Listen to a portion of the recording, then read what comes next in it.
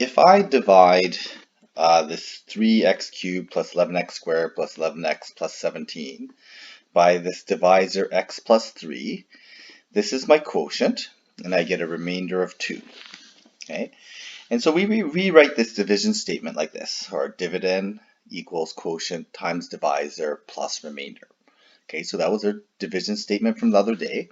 And I'm just going to highlight this because this is important to make sure that we keep track of this division statement, because this is a very useful statement to help us solve problems. So I want to put -3 into this equation. So I want to find f of -3. So I'm going to do that. I'm going to go f of -3 is equal to, I gotta go -3 cubed plus 11 -3 squared plus, seems to be a lot of work in here. So I'm just going to put dot, dot, dot. Because I think there is a better, or I should maybe not better, but an easier substitution I could do. And since this equation is equivalent to this equation here, this statement, I'm going to say that, well, instead of putting it into here, I can easily put it into here or here and get the exact same result.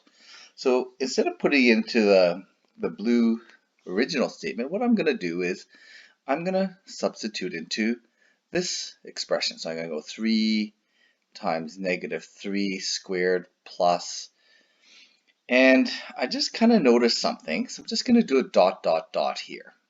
Okay. And the reason I'm going to put a dot, dot, dot there is because I just noticed that if I plug -3, there's my -3, into this part, that is a factor and it generates a 0. And there's a nice thing about generating zeros, especially if it's times by 0. 0 times anything is 0. So this is going to be my 0. So this is a multiplication. Again, we don't really know what this is going to be equal to, but in the end, we really don't care, because what's going to end up happening is that 0 is going to take over all of this, and we're going to end up with 0 for the whole thing. So not just for that factor, which is definitely 0, I'm going to get 0 for that whole thing. And so what's that going to leave me with? Well, 0 calculation is really easy.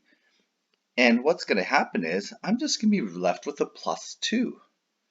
Because that plus does not get knocked out by the 0. And so when I do this substitution, and notice that it happens to be the root of my divisor, if I plug in the root of my divisor, I will always end up with my remainder. So that's a pretty useful little tidbit to know, because if I substitute in this x value into the f of x, I mean, I could have done it the long way, but I don't need to.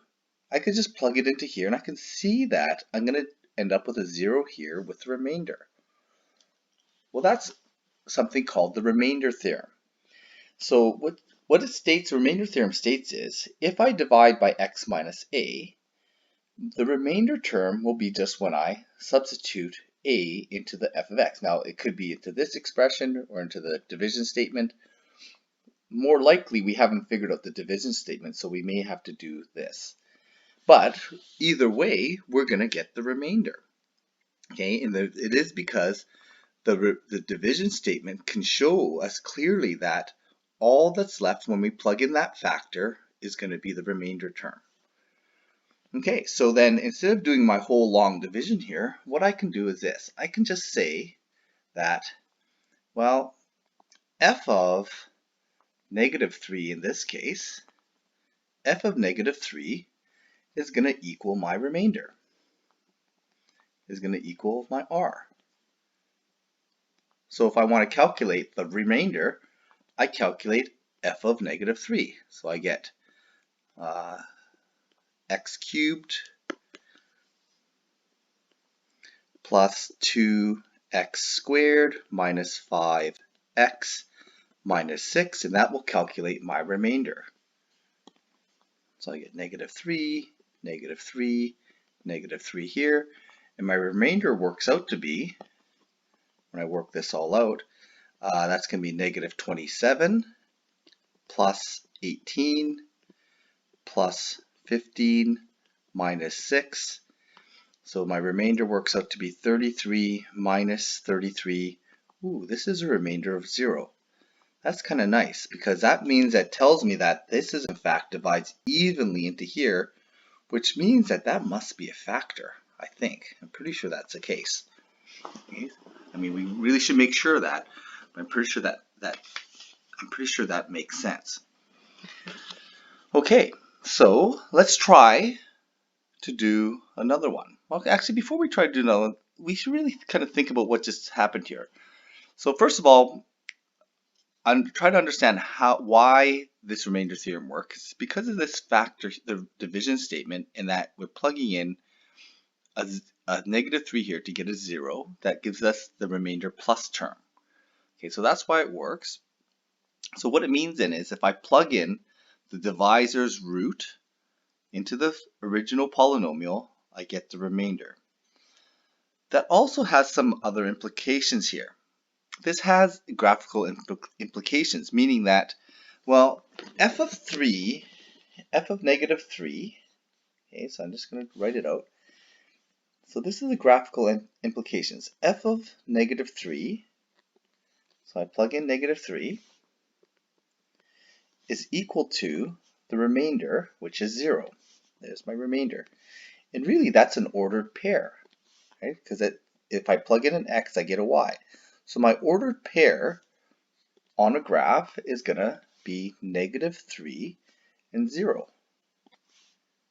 Okay, so if I were to draw the graph of f,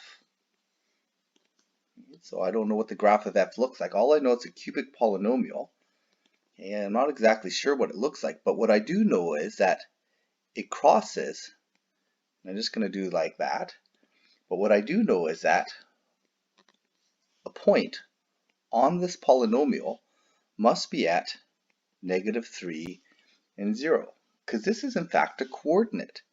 Okay, if I plug it into f, I get, that's my x, I get y.